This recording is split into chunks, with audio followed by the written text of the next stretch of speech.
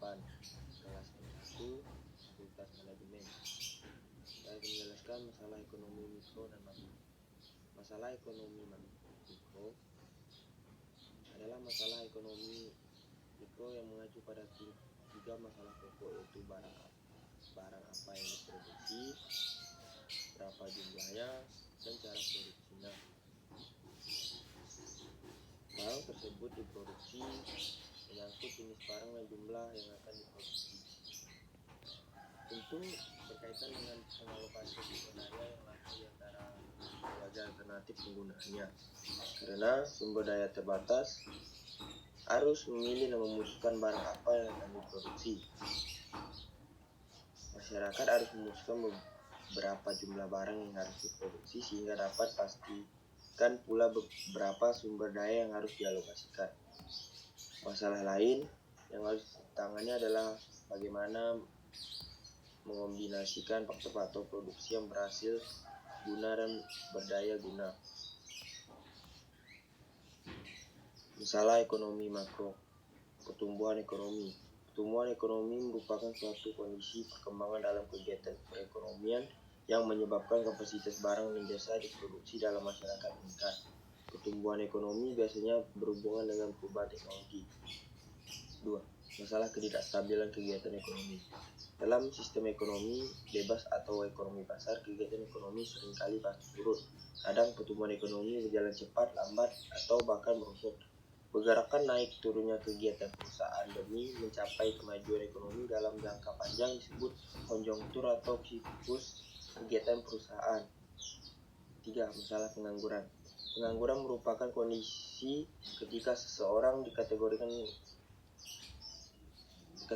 dalam golongan angkatan kerja belum memperoleh pekerjaan. Hal ini dapat terjadi karena beberapa faktor, diantaranya ingin meninggalkan kerja lama untuk mendapat pekerjaan baru yang lebih baik, kekurangan pengeluaran agregat, perusahaan mengganti tenaga kerja manusia dengan teknologi canggih. Inflasi termasuk ke dalam perkembangan ekonomi mikro. Inflasi adalah kondisi di mana harga naik secara umum dan terus-menerus. Terdapat 4 golongan inflasi, yaitu ringan, sedang, berat, dan hiperinflasi. Pada ringan, kenaikan harga berkisar di bawah 10%, sedangkan pada hiperinflasi atau inflasi tak terkendali, kenaikan harga berada di atas 100% setahun. Inflasi dapat terjadi karena beberapa hal, seperti ketidakseimbangan pengeluaran agregat dibandingkan dengan kemampuan perusahaan menyediakan barang-barang, tuntutan kenaikan upah oleh pekerja, kenaikan harga-harga barang yang diimpor, hingga kekacauan politik ekonomi. Masalah neraca perdagangan. Neraca perdagangan merupakan ikhtisar yang menunjukkan selisih antar nilai transaksi ekspor dan ekspor suatu negara dalam jangka waktu tertentu. Sementara itu, neraca pembayaran merupakan gambaran yang menunjukkan aliran pembayaran yang dilakukan dari negara-negara ke dalam negeri dan dari dalam negeri ke negara lain dalam satu tahun tertentu. Aliran tersebut mencakup 1.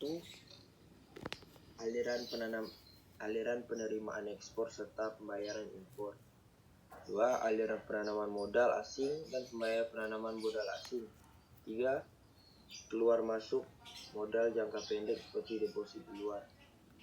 Neraca pembayaran dikatakan bermasalah ketika pembayaran mengalami defisit, artinya pembayaran ke luar negeri melebihi penerimaan yang diperoleh. Hal ini dapat disebabkan oleh impor lebih besar daripada ekspor. Aliran modal terlalu banyak ke luar negeri.